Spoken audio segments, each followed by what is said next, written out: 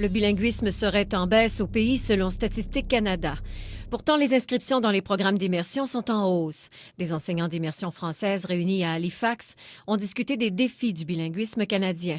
Les chiffres révèlent un recul du bilinguisme chez les jeunes de 15 à 19 ans.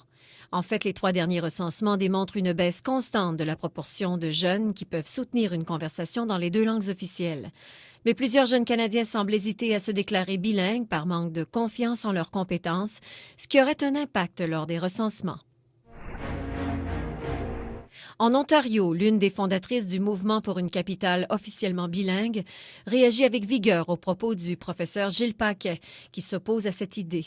Gilles Paquet, directeur du Centre d'études en gouvernance de l'Université d'Ottawa, s'est fait cinglant à l'endroit des promoteurs du bilinguisme officiel à Ottawa. Il les accuse de démagogie et de laisser reposer leurs arguments presque uniquement sur des bases émotives. Les arguments, réplique Linda Cardinal, ne sont pas que symboliques. Il s'agit, rappelle-t-elle, de pérenniser les services en français dans la ville d'Ottawa. Les ministres ontariens et québécois Madeleine Meyer et Jean-Marc Fournier partent en croisade pour dénoncer les compressions imposées à Radio-Canada. Ces compressions, disent-ils, remettent en question le fondement même de la francophonie au pays et pénalisent les francophones en milieu minoritaire. Pour les amis de Radio-Canada, cette sortie met fin à l'indifférence face aux restrictions budgétaires.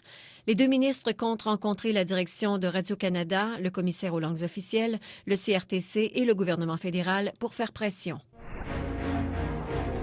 Et en Colombie-Britannique, plusieurs parents ont assisté à la première rencontre des candidats pour le poste de conseiller au Conseil scolaire francophone de la Colombie-Britannique.